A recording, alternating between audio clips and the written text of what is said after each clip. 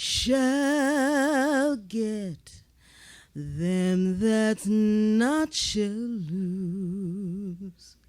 So the Bible says, and it still is news. Your mama may have and your papa may have, but God bless the child who's got his own.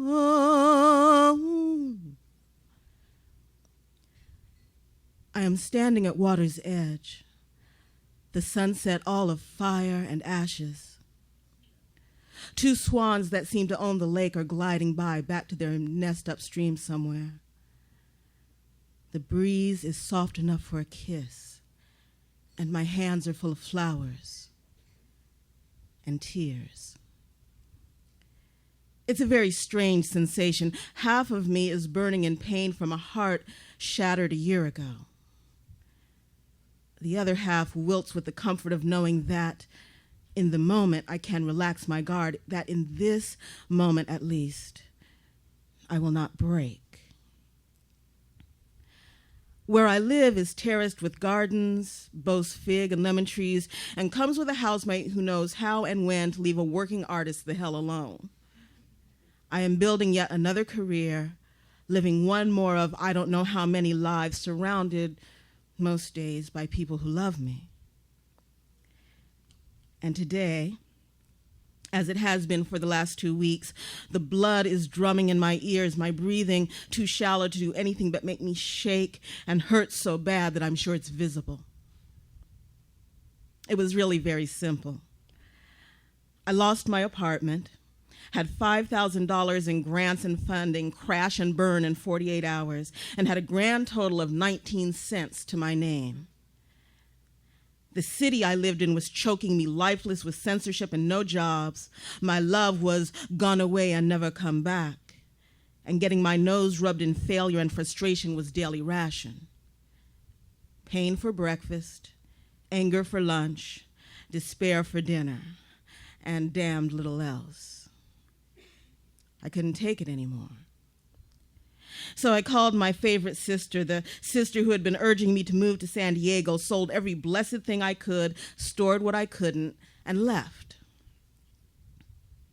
Staying with my sister and her husband, in theory, was the thing I needed to get me back on my feet. Give me a chance to save money, reconnect with my favorite sibling, and get some work done without the distraction of worrying how long a pot of beans and a sack of carrots will last you out. 4 days, if you're interested. You eat once a day and fill up on tea and water in between. If you add a quarter cup of water after every meal, you can stretch it out to 5 days. I could have asked for help, but that would have been admitting that my career was a self-indulgent mistake to the many people hovering just to say, I told you so. And I wasn't about to bow down to that idea. You see, artists pay tithe in blood and inconvenience. I knew that. I was always able to figure something out. Living with my sister and he does have a name, but it makes me gag to say it, started out in purely idyllic fashion, everybody high on party manners and togetherness. It disintegrated into shit and ashes about 4 months in, due to the fact that I have a low tolerance for lazy, misbegotten drunkards who chain smoke blunts and Winstons, break dishes in a fit of pique, then verbally abuse my kin. Call me old-fashioned. Then my sister quit her job to develop an online business. She wasn't making any money, and he wouldn't work, so I ended up working to support all three of us. I was willing to throw him under the bus without a backward glance.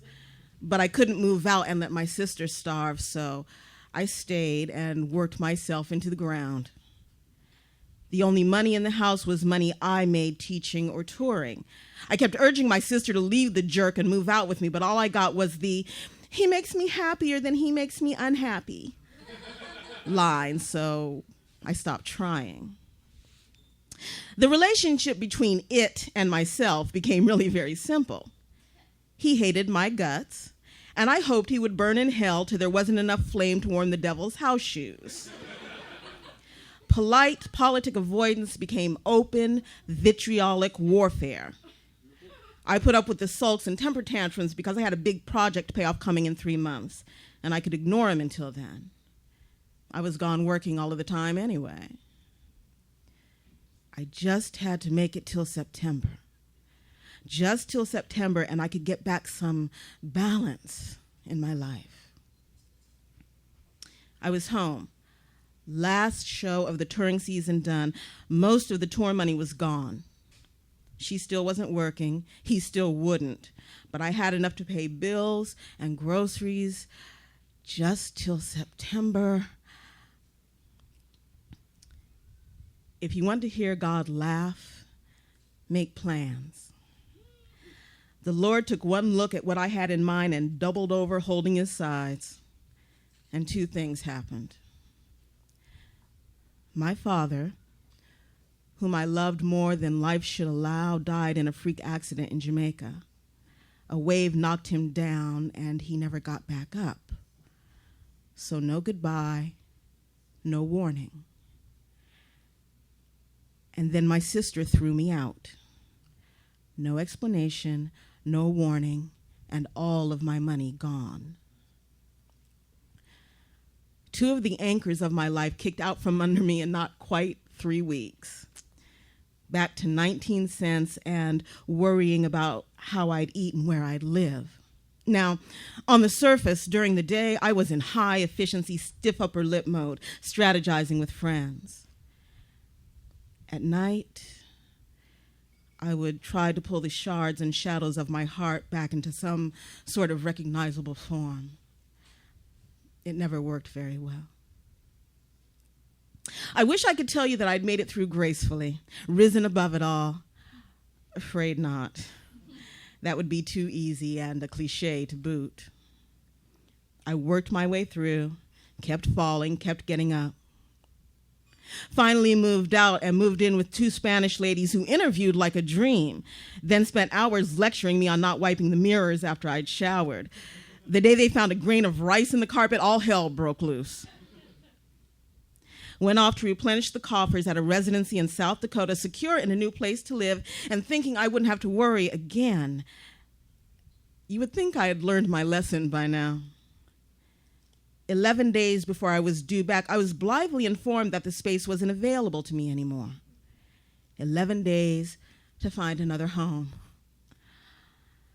Lord, this was getting tiresome. A sister girl hooked me up about a place to lay my head. It's beautiful here. I feel secure most days. Down to the water's edge is terraced with gardens, boasts fig and lemon trees, and comes with a housemate who knows how and when to leave a working artist the hell alone. I am building yet another career, living one more of the I don't know how many lives, surrounded most days by people who love me. But my sister and I haven't spoken in over a year. And my father is gone. And I'm not as sure of things as I used to be and too aware of what my life costs. Yesterday was my father's memorial. The sky was all of fire and darkening, the breeze just soft enough for a kiss. My friends reading poetry and Daddy's favorite Motown playing in the background. Right before the sun sets, friends stand on the steps and pass down rose and red lily petals. My hands are filled with tears and flowers. I'm trying to hold it together enough to sprinkle petals on the lake, but I'm sick and shaking too badly to breathe, and you can't say goodbye if you can't breathe. A year. 1 year where everyone you thought you could count on betrays you or leaves. A year where no matter what you do, how hard you work, everything you touch turns to shit and ashes. I'm still unsure sometimes.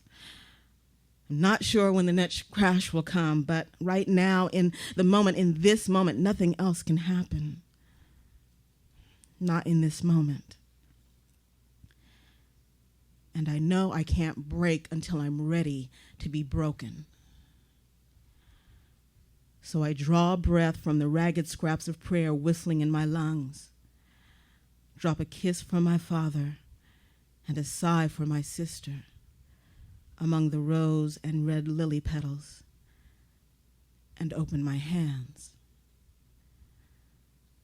The last bits of light glance off the flowers spiraling onto the lake. I turn my back so that I can't see them become waterlogged and sinking. And the sun goes down and out. Stacy Dyson.